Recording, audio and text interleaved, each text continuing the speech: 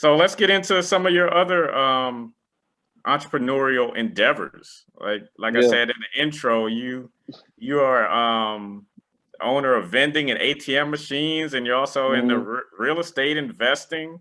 Hmm. Um, just I'm intrigued by the ATM and vending machines because a lot of times, especially when people's money gets stuck in a machine, they they want to punch a hole through it. So just Man, talk about that business opportunity. that came about after I got into real estate. So I think it was after I flipped my first property. I was at the house, just relaxing. I had a couple friends over, and one of my friends, he was on YouTube. We were playing spades in the back, and he had just walked in the house. He had just jumped on the TV just to watch the TV. But usually around this time, people are watching YouTube. So out of nowhere, a vending machine t little skit came up. It was like a commercial. It was like a little kid that did vending machines. And I was happening to walk by the TV, and I looked. And I was like, "Hey man, keep it on there for a minute." And it was like a 16-year-old kid just filling up vending machines and things like that. And I was like, "I wonder how much money he making off of it." It's like he was like making like $5,000-6,000 a month. I was like, "What? He ain't doing nothing putting candy in the machine." So of course, my goal. I don't want to say I'm an opportunist. As long as it makes sense, I'll make it right. That's my little saying. If it makes sense, I'll make it right. So all I needed to see was a video. Just like anything I've gotten in with the wine. If I see it, if it makes sense, I'm going all the way 100% with it. So like a month after that, it took me about a month to find somebody that was actually selling vending machines. And once I found somebody selling vending machines, that's all she wrote. I had like 5 or 6 of them. I sold 2 of them to invest into something else, to invest into ATM. But I got I had 5 of them. I got 3 now. So Okay.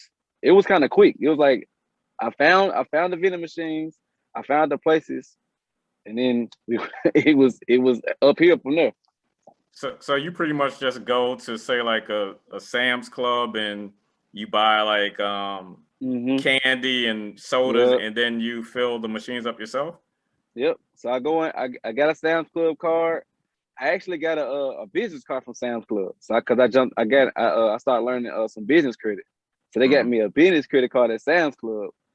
So I just go fill that up with what kids will want. Because I got them in. I got one of them in a barber shop. And I got 2 of them in some. It's like a little a business. It's inside a business. So it's like a big building with like a bunch of smaller businesses in it. Uh huh. So I got them in two. I got two. I got my last 2 and 2 of those. So it's like a bunch of the businesses that are in there. They're like beauty salons, barber shops, massage parlors, like little things like that. Where you're gonna have a bunch of kids in there, you're gonna have a bunch of people that's sitting there all day and Yeah. they just want a snack. Like a barber, his lunch is probably at I think probably like 12. He's been there since 7 in the morning. He's gonna want a snack. Like he's Right. gonna want a snack throughout the time he's doing heads. Same thing with kids. You sitting in there and you got 4 or 5 brothers, sisters. You sitting there the whole time you waiting for everybody to get their haircut. Daddy, I need some this and that. Huh, here go $2. Go buy you something. Get out my face. Of course they come running, go buy it. 5 minutes later they come back. Daddy, we need a drink. It's 2 of them in there. Okay, give you another dollar. Get out my face. I'm trying to get a haircut. So I just seen it been working ever since then, man. So it's once I saw that, that's what got me into the ATM. So the Right. ATM was kind of more difficult to get into, but I got it made.